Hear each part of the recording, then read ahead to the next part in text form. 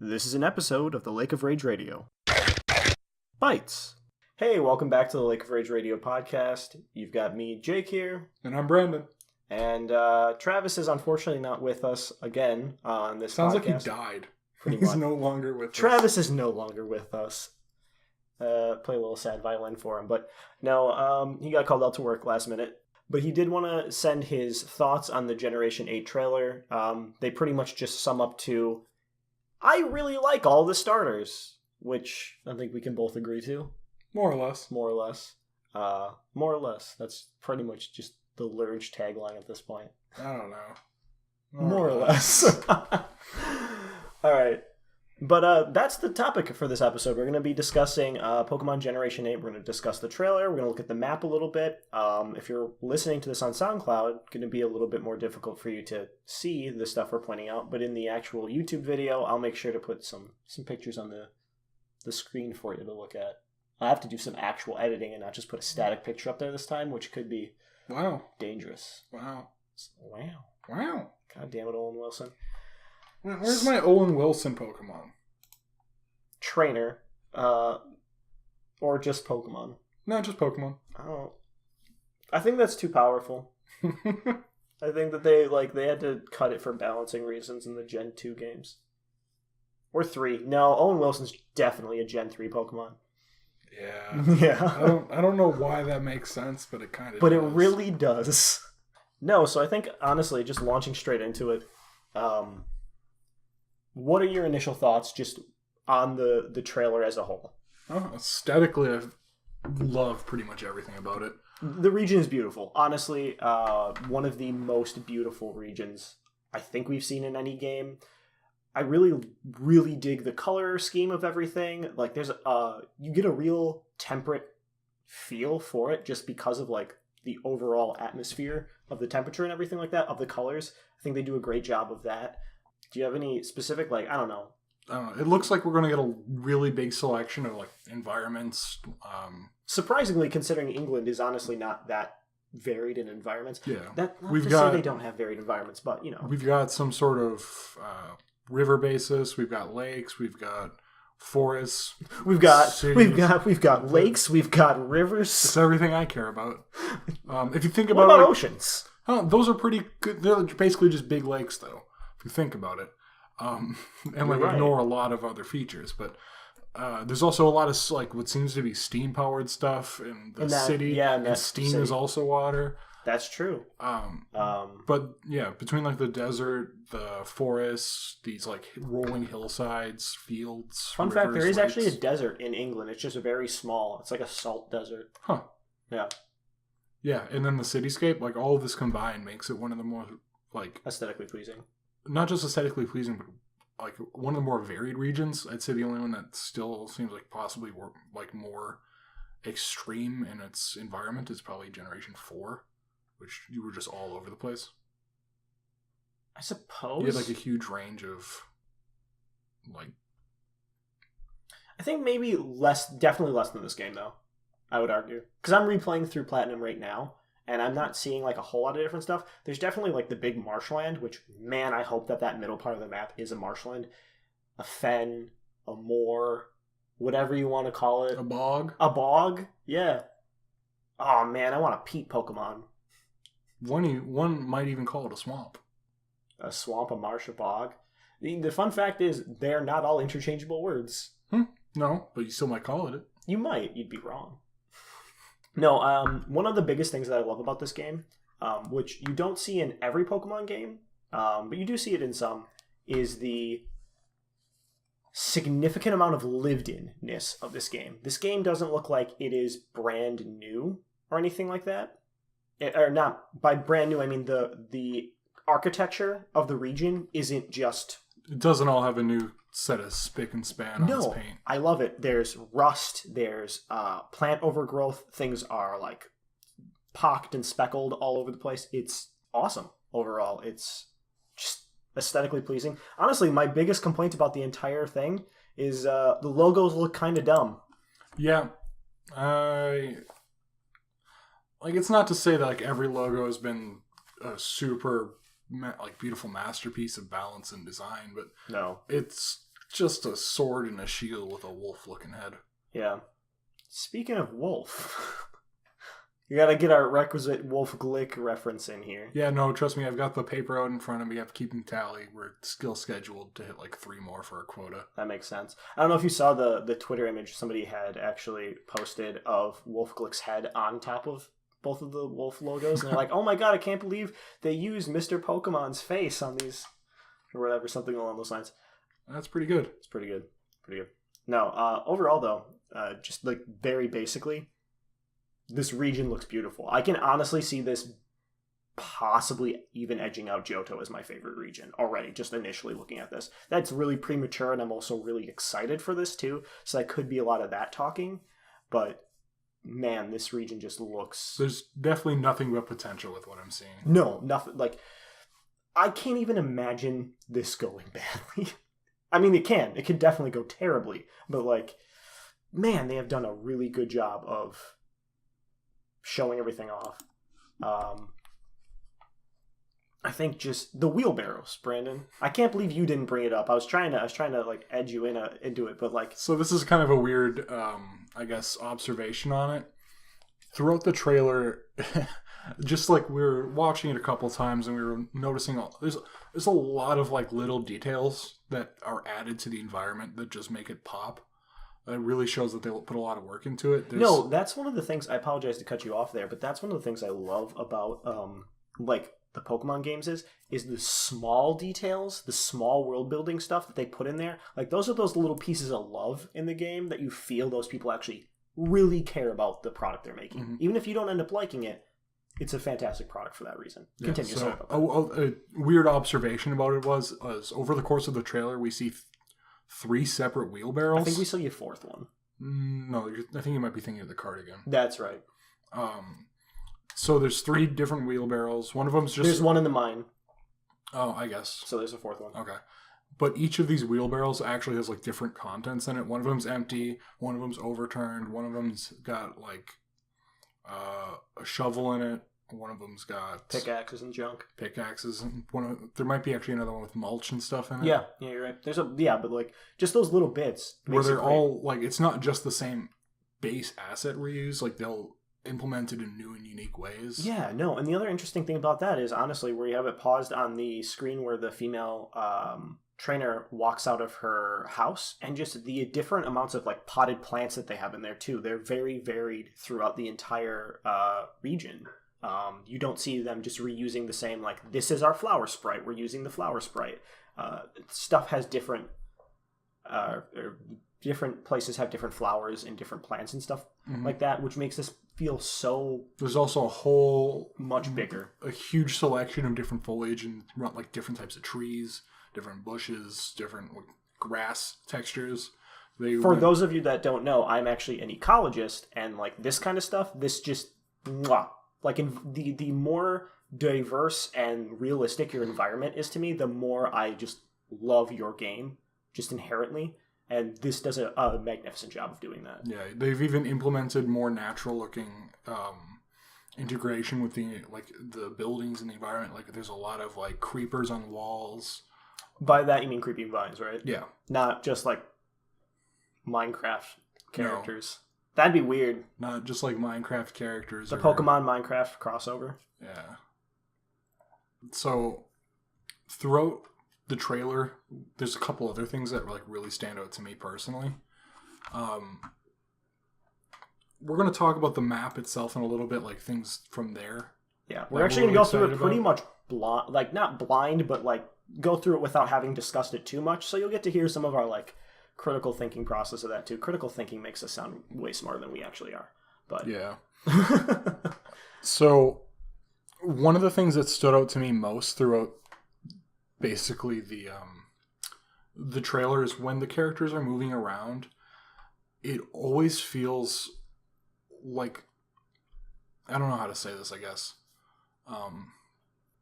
Yeah, I don't know how to say it.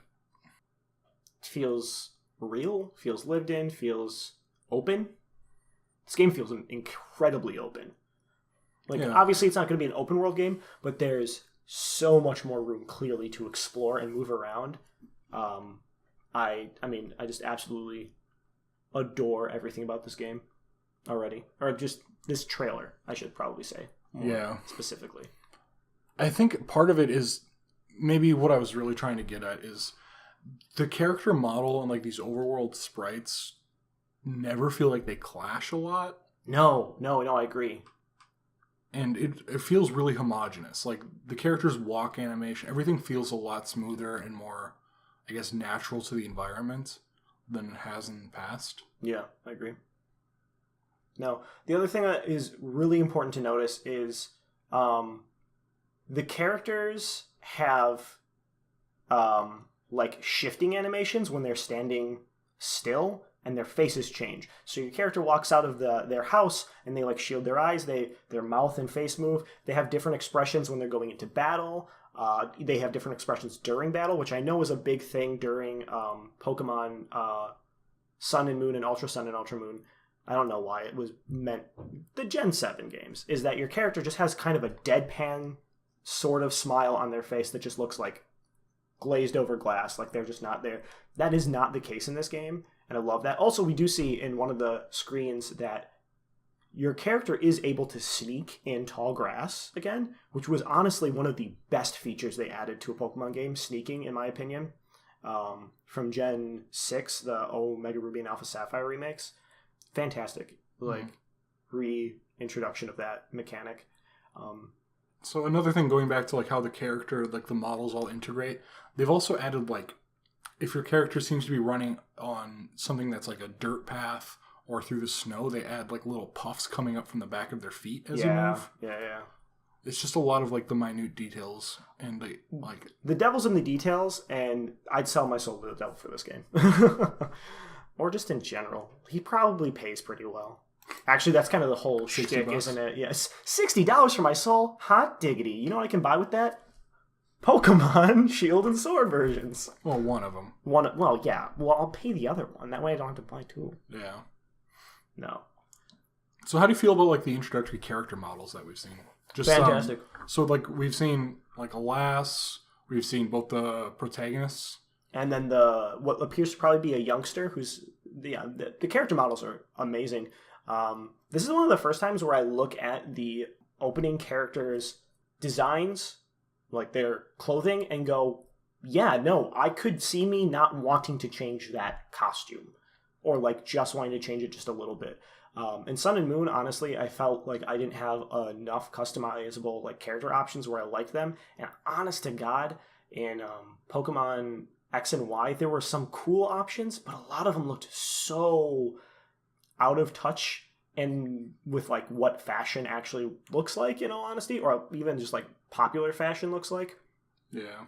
And in this game, those two characters, the female and male protagonist, are relatively modern fashion. It's yeah, no, they look like people who, if I walked outside and I saw them walking down the street, I wouldn't go, yeah, that's weird. Other than the guy's backpack, which, interestingly enough, is the same kind of backpack that Professor Rowan wears in Pokemon Diamond, Pearl, and Platinum. Is that relevant? Probably not.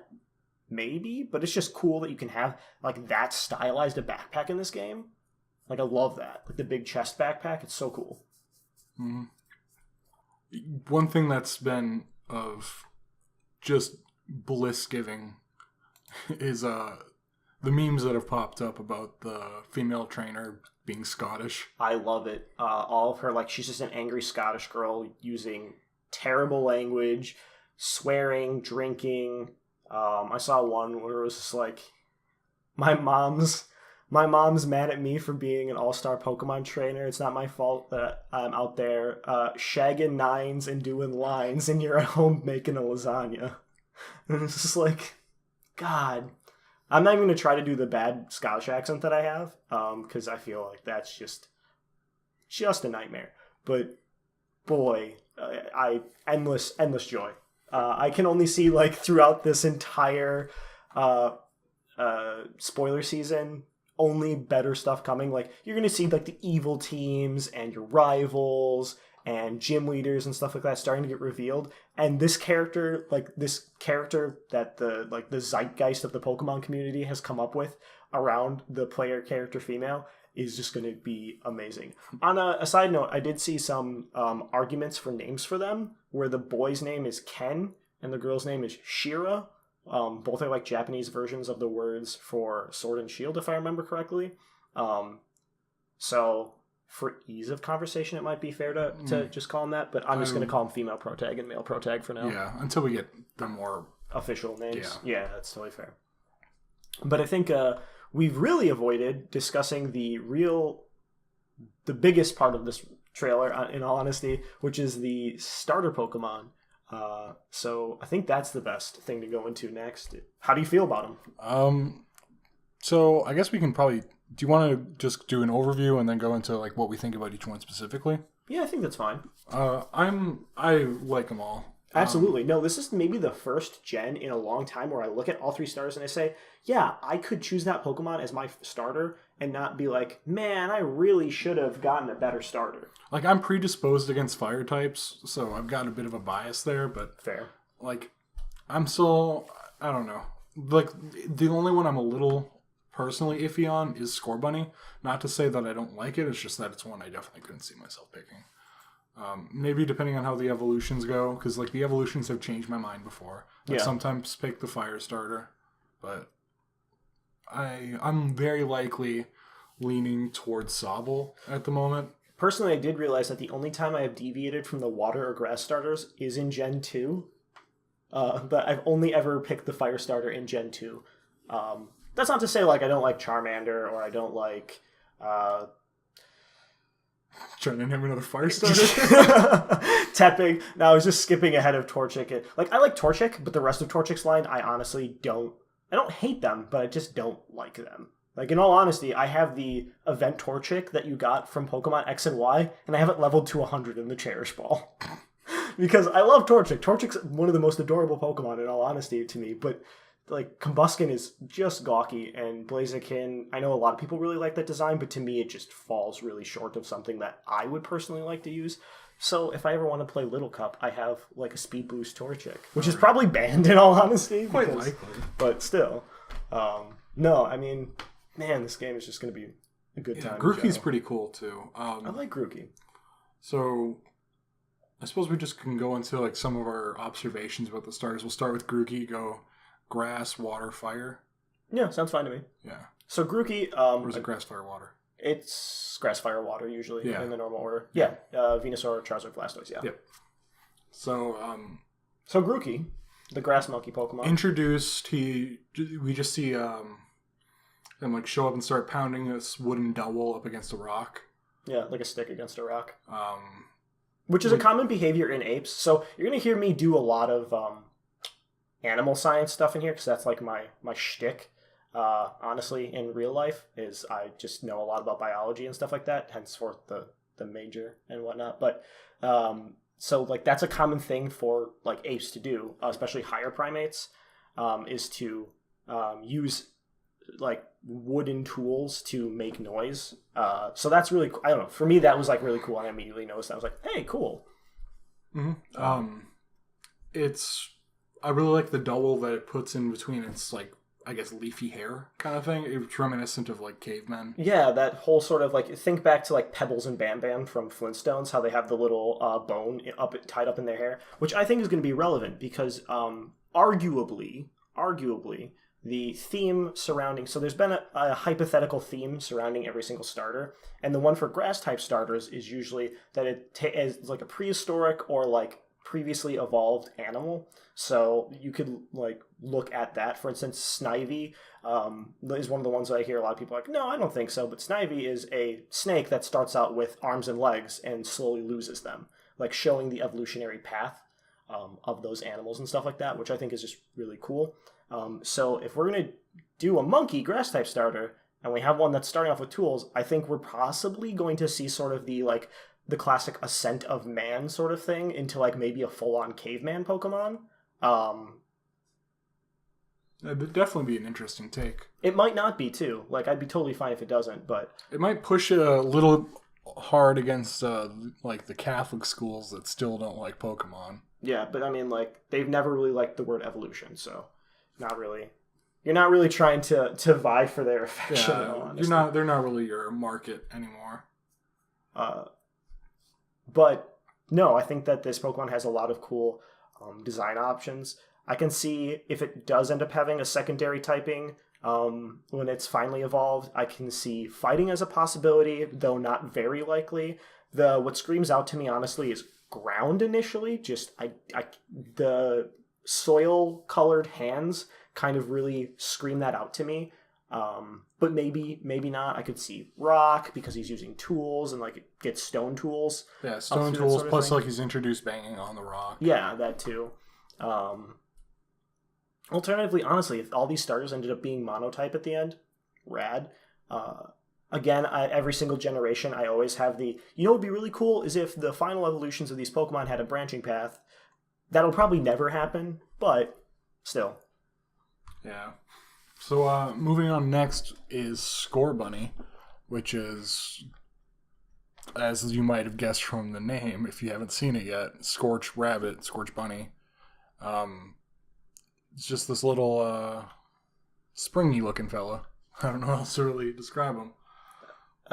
He's a rabbit who stands on his hind legs, and he's just really cute. Honestly, I initially was like, oh, this is my least favorite, but he's definitely my second favorite one now.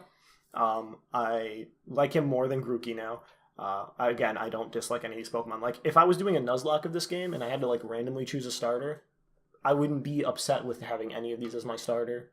I can't say the same for other generations, but like, he's adorable. I love him. His little feet start on fire, and he starts fires with those. I see a lot of people really worried that this is going to be another firefighting type Pokemon starter. Yeah, the vibes I get from that are it's shown like this very dynamic kind of running around entry into the cinematic, and it's got like the bandage looking thing on its nose. Yeah, really reminiscent of like Maylene from the Gen 4 games where she has that on her nose. But I mean, like, it's totally possible it is, and if it is, in all honesty, a rabbit is probably one of the most like logical firefighting type Pokemon combinations. Honestly, way more logical than Emboar. Like, honestly, Emboar should have probably ended up being like dark or ground. Ground is the big one for me that I think. Whenever they do a firefighting type, it's like a different martial art. Yeah, that's true. So I could see this one being like judo. Or maybe not judo. Which one? What's the one with kicks? Kickboxing? Maybe. Who knows? That could just be it. But there's a lot of different things. The Krav Maga Pokemon. No, but no, I actually think he's really cute.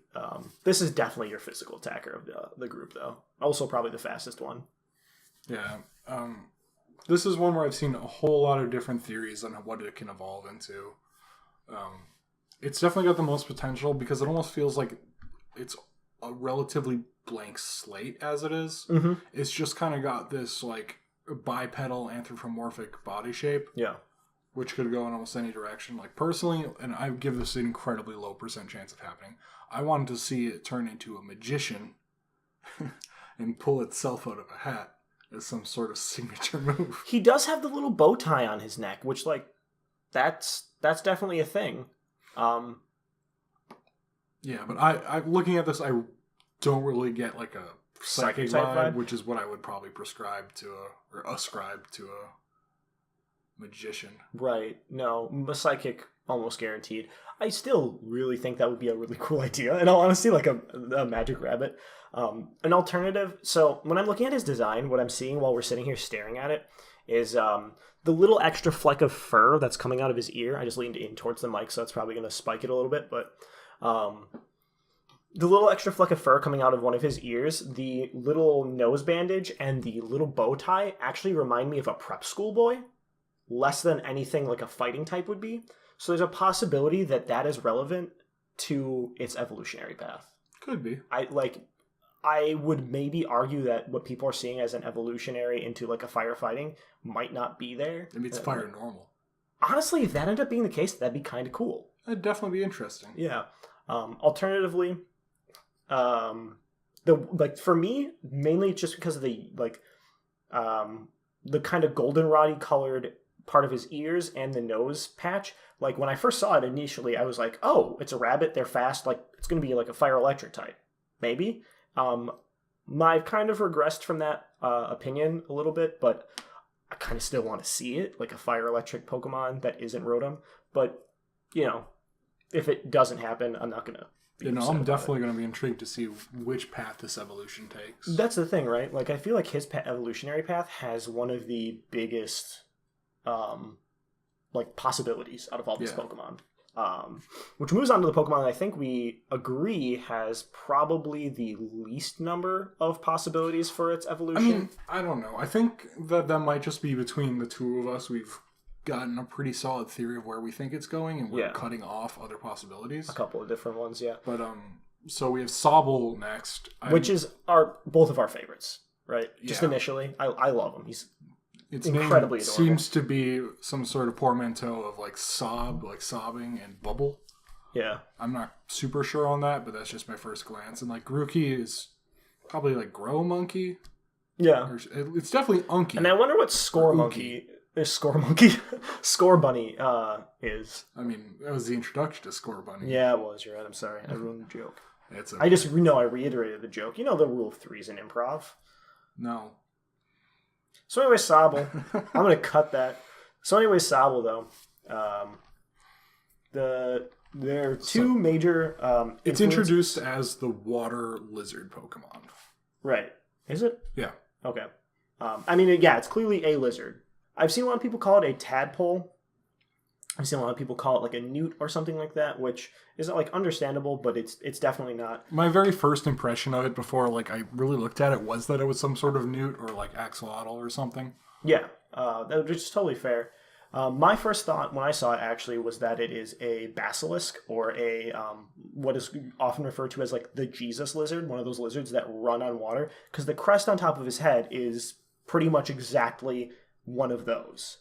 On the other hand, he also has a lot of very chameleon attributes. The curled up tail, the ability to turn invisible. And the cinematic shows him starting off in a pool of water, kind of doing what Vaporeon has been seen to do in the anime. Yeah, invisible and stuff like that, and then rematerializing. Yeah. What kind of set us on this path a little bit is I started looking at different kind of lizard species found in primarily Europe, not just Great Britain. And there's the common chameleon can be found in Spain and some other parts. And I was kind of curious because of the way that Sobble's, I guess, hands and feet are. Kind of have those weird little chameleon hands. Yeah, where it's almost just a set of... Grippers. They're grippers. They're grippers. It's if you put all of your fingers together and then you can only use them as one finger and your thumb. Yeah. That's For chameleons, they are two pairs. And two. Yeah. Which... is just the only thing I can think of when I see Sobble's hands is just how weird chameleons walk and stuff. Yeah. And then we noticed the camouflage abilities. Yeah. And then the tail. It just sort of kind of makes me think that it's definitely based on some sort of chameleon at first. My only problem with that is every single water starter to this point has been a amphibious or an animal usually associated with water, and chameleons have pretty much zero to do with water. Yeah. Which is why basilisk is still what's so I'm assuming it's kind of a hybridization between the two. Honestly, I just had this thought now. I would love it if this thing evolved into a water monitor lizard at the end. I was thinking about an iguana at first because marine iguanas? Yeah. Ooh, that'd be rad. Oh man. Man, that'd be super cool. It definitely seems to be some sort of combination of... two different lizards. It doesn't, in my opinion, it's two different lizards. It doesn't exhibit the characteristics of anything singularly. Yeah. But where do we... And then we kind of both agree where we think that this is probably going to wind up going. We're hoping. Yeah. My initial thought on this, and Brandon's, was that it was going to be a water poison type. And me, as somebody who loves poison types, and Brandon, as somebody who loves water types, can both agree that this sounds really cool. No matter what Brandon wins, this is always going to be a water type. Yeah. But unless they mix it up real bad. That'd be weird. Their final evolutions are a different typing. Yeah. But I've also seen a cool argument online that it might end up being a water ghost type because of its ability to go invisible / intangible. because we don't really know exactly what is all going on with that. And I think that'd be also a really cool option they could go with for it. Alternatively, maybe something we haven't thought of, but I don't know if I can get aboard the ghost type thing. I think it's it depends how far they go with it too. maybe like it wouldn't like if they wind up going that route. It's not to say that I'd be upset, but Right. I don't know. I got my heart set on this water poison thing. Oh, me too. I would love this to be a water poison type Pokemon. And I could see them going harder into the chameleon design than the water basilisk design. But if they go harder into the water basilisk design, then I think they have the very likely chance of having this Pokemon becoming a full-on like mythical basilisk.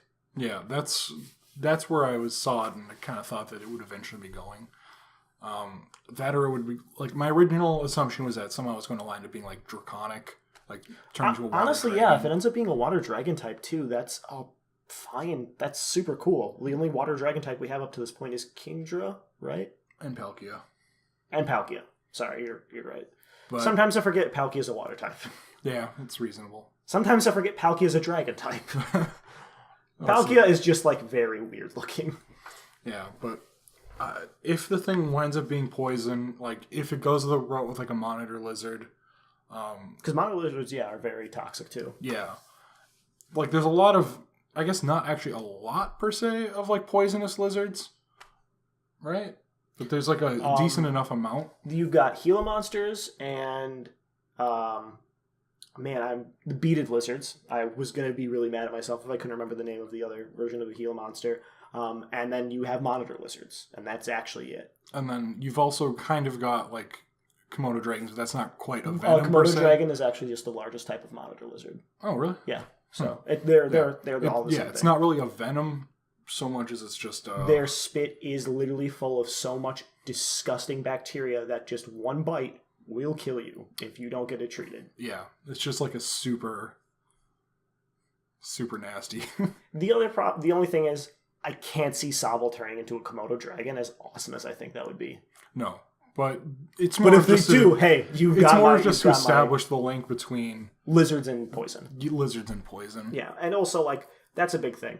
As a side note, I do want to say that I really want to see in this generation a poison dragon type based off of like the Saint George and the Dragon mythos, where Saint George used lead to kill a dragon, and the dragon like used to like eke out poisonous gas and stuff like that. It's a British like old thing, but just wanted to say it because I think it'd be cool. I don't think it'll happen, but it'd be cool. Also, I just want to see more poison type Pokemon. That's just it. Yeah, we do only have the one poison dragon, so Yeah. it'd be cool to get a second one. Dragalge's neat, but definitely very slow. It's like base 40 speed, I want to say, or something like that. I'm definitely expecting to see some very interesting, like, European dragon designs. I mean, cutting a little bit ahead here, if you look at the top of the map, the big walled city at the top of the map is actually has a giant dragon head on the front of it. And actually, there's some bulwarks. I think that's the word I'm looking for here, like stalwarts, that make it look like wings on the sides there. Oh, I can kind of see what you're talking So you about. have a dragon head right here. Man, me pointing at the screen is not helping the listeners, but there's a dragon head at the front of the gates, and then if you look at it, the top spire looks like the tail, and then you've got the wings on the sides. Yeah, I can definitely see that. Yeah, I really like that. That's probably where the dragon gym will be. That's the other thing I guess we can launch into real quick here is Pokemon gyms are finally back. They confirmed that in the trailer. And we've pretty much guaranteed seeing a Pokemon gym, at least in the trailer, that is a grass-type gym. But there's something a little bit weird about it. It's got a new logo outside of it instead of the traditional Pokemon Center or Pokemon Gym logo, which is like the weird Pokeball with the spike coming off of it. This one instead has sort of a red and blue, almost like yin-yang, like Nike-esque symbol on it, which is also appears in the logo of the Japanese games. And over the last several games, the kind of quote-unquote gimmick of the Pokemon game, so like Mega Evolution, Z moves and the whole Necrozma storyline, those image representations appear in the Japanese titles. And so people are assuming that this is the gimmick. I would go ahead and assume with them. So there's something special about the gyms in this region, aside from just being Pokemon gyms again. And we do see the inside of the gym. It actually looks like a giant soccer stadium. You see like hundreds to thousands of people in the stands, like cheering for you and or the gym leader. And the character model also walks out wearing a full-on soccer jersey, which is interesting. Don't quite know like what's weird or what's special about this, and honestly I feel like it's maybe not necessarily worth it to speculate too much. Yeah, I don't know if you're going to be wearing the jersey for every single gym battle, or if that's just a particular thing. Yeah, like that's just a clothing option that you can do. Yeah. In all honesty, that possibly could just straight up be it.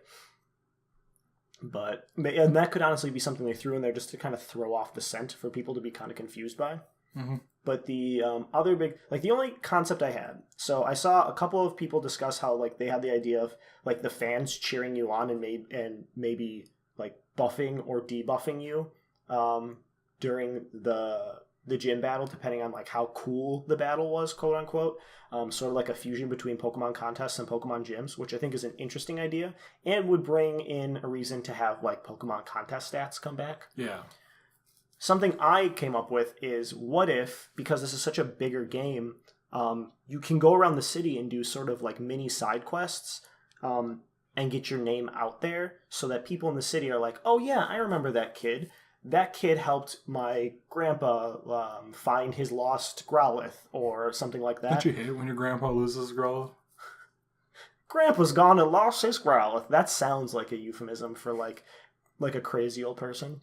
It sounds like something. I don't know what it would mean, but... He's a few growls short of a police force.